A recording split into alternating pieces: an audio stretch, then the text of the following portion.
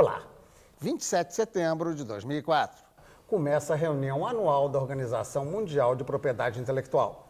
Nas notícias de jornal, ganha destaque a posição brasileira de defender, junto com outros países, uma agenda de desenvolvimento para permitir que os direitos de propriedade intelectual não superem o interesse público ou as necessidades de crescimento dos países. Patentes, marca registrada, direito autoral, tudo isso vem à tona sem que a grande maioria da população entenda exatamente do que se trata e a importância disso tudo para o futuro do país. Essa é a nossa viagem ao conhecimento de hoje, numa época em que quase todos sabemos que nos preços de cada produto se embute um custo de criação e pesquisa muitas vezes superior ao dos materiais empregados. A propriedade da criação faz parte do debate de nossos convidados. Eduardo da Mota Albuquerque, doutor em Economia, pesquisador do Centro de Desenvolvimento e Planejamento Regional da Universidade Federal de Minas Gerais. Jorge Ávila, engenheiro civil, mestre em Administração de Empresas, doutor em Saúde Coletiva, vice-presidente do Instituto Nacional de Propriedade Industrial, o INPI. Sérgio Paulino de Carvalho, doutor em Política Científica e Tecnológica, pesquisador da Empresa de Pesquisa Agropecuária do Estado do Rio de Janeiro, a Pesagro Rio, e do Grupo de Estudos sobre a Organização da Pesquisa e da Inovação lá na Unicamp. R. Fernandes, engenheiro, consultor de empresas na área de gestão tecnológica. Bem, para começar, vamos do início mesmo, Eduardo. Patente, marca registrada de direito autoral. O que é cada coisa dessa? Bom, eu acho que patente, eu acho que eu devo falar sobre as patentes, né? Acho que a minha é onde eu trabalho mais.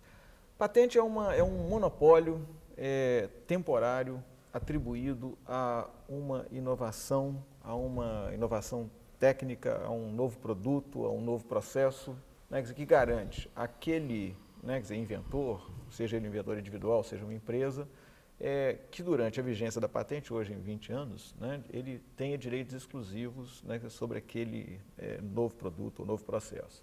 Seria uma espécie de retribuição que a sociedade outorga a esse indivíduo ou empresa pelo esforço desempenhado para gerar este novo produto, em primeiro lugar. Em segundo lugar, por abrir para a sociedade, explicar o que é aquele produto, o que é aquele processo, para que, posteriormente à vigência dessa patente, a sociedade obtenha o conhecimento para usar, né, isso. A verdade seria, esse inovador poderia optar por não patentear, por manter em sigilo, né,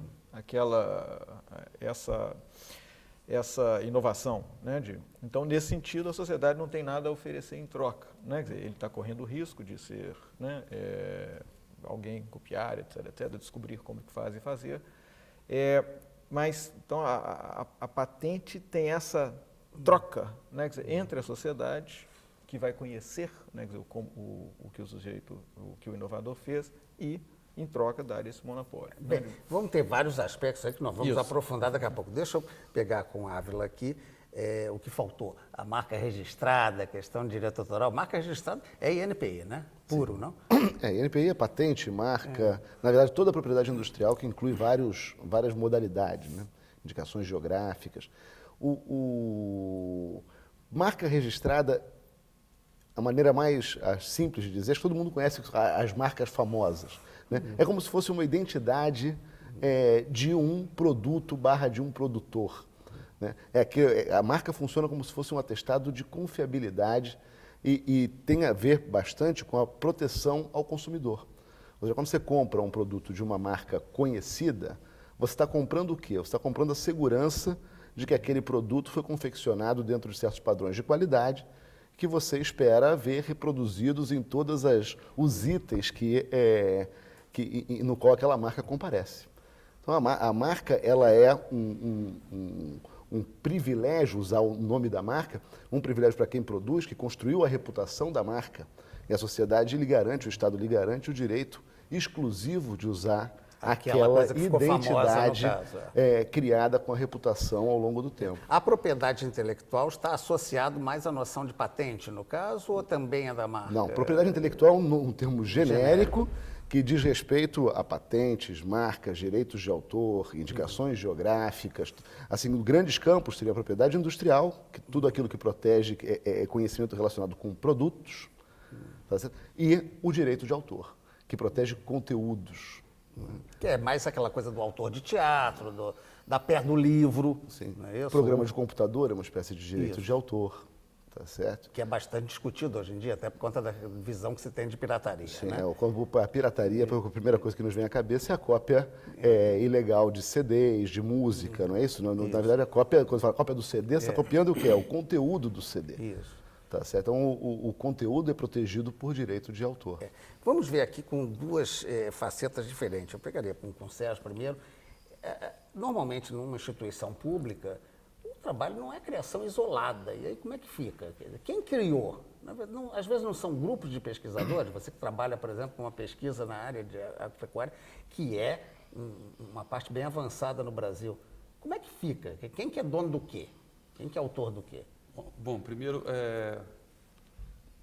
eu sou o primo pobre da propriedade intelectual, porque, na realidade, esses campos de proteção que foram muito bem abordados pelo Eduardo, pelo Jorge Ávila, que é a propriedade industrial, direito de autor, tem proteções sui generis, que são todas aquelas que não cabem nas outras duas. Eu trabalho com uma dessas proteções sui generis, que são a proteção de plantas. Você tem outras...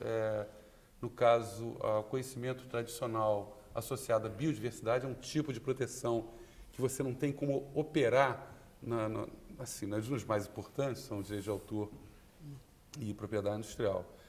Essa é uma questão, voltando à sua pergunta, que se coloca desde o final do século XIX. É interessante que até hoje a gente trabalha a noção da retribuição ao indivíduo. Isso, de certa maneira, vai muito para o autor de uma obra artística, o autor um compositor de uma música. Na indústria, você não consegue identificar, né, na maior parte das vezes, o inventor individual. O Eduardo, inclusive, tem um trabalho bastante interessante, onde ele vai dando essas indicações. Isso já é uma característica da invenção, da inovação, desde o final do século XIX. As instituições públicas e as privadas também trabalham com grupos de pesquisa, o laboratório da empresa, o laboratório público. Exatamente nesse aspecto, Sérgio, que você falou, grupo e pessoa, de quem é o direito afinal? Bom, aí você tem... quando você gera uma patente, essa patente é da instituição ou da empresa, mas os inventores que participam da proteção intelectual, seja de uma patente, como eu estava falando, de uma planta que é desenvolvida, eles têm direito sobre essa proteção que é conseguida, seja uma proteção de cultivares, a questão da planta, seja uma patente industrial. Então, a proteção é da instituição dependendo do contrato de trabalho. Isso é previsto na lei de na lei de propriedade industrial e também você tem estatutos específicos em cada instituição e normas públicas. O Ministério de Ciência e Tecnologia tem uma norma e por aí vai. A Embrapa tem outra. Embora isso já esteja em andamento, isso em alguns casos não fica muito, digamos assim, explicitado. Você tem alguma controvérsia. Mas você identifica esse grupo de inventores, primeiro inventor, segundo inventor, terceiro inventor, quando você vai pedir um privilégio de invenção, uma patente. No caso de uma planta que você desenvolve, estão lá os melhoristas que participaram. Bom, enfim, então você tem uma forma... E se houver um benefício econômico, há uma correspondência. Na Embrapa se brinca que é o efeito BMW.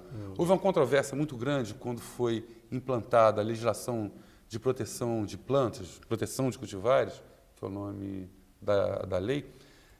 Havia muita gente contra, muita gente a favor, e aí o pessoal brincava, bom, no dia que os pesquisadores começaram a receber parte dos royalties devido ao licenciamento dessas plantas, que é chamado efeito BMW, algumas das posições tendem... Porque, é claro, você tem que dar um incentivo àquele que inventa.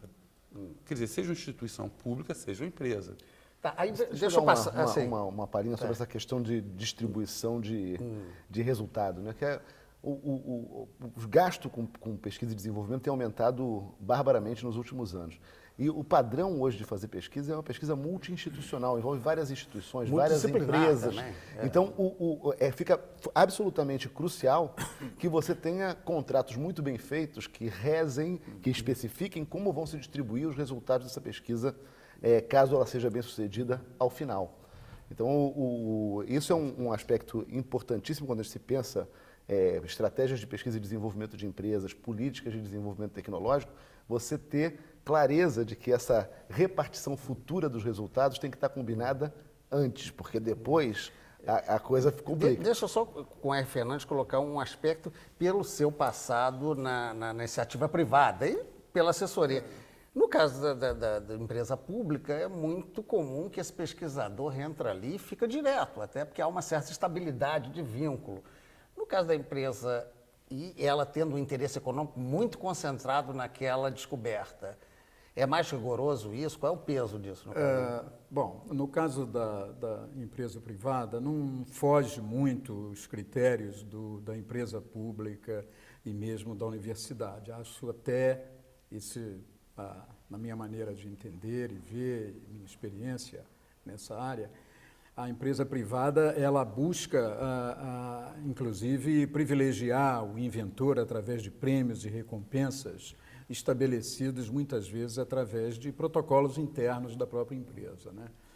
Como também a questão da propriedade intelectual da empresa, ela procura também internamente fazer proteção dessa propriedade através de acordos de sigilo assinados na ocasião da contratação do empregado. Mas se o empregado vier a ser demitido, ele continua com esse direito? O acordo de sigilo, normalmente assinado pela grande maioria de empresas, prevê um período de tempo que pode variar entre 5 e 10 anos após a saída do funcionário, em que ele não pode revelar. E ele tem direito a uma remuneração Ele tem direito a reembolsos, a prêmios, e, enfim, bônus e coisas desse tipo pelo direito da propriedade adquirida pela empresa. Eu poderia retomar um Deixa eu só dar um intervalo e você retoma logo depois do intervalo. Perfeito. A gente volta com o Sérgio. Até já.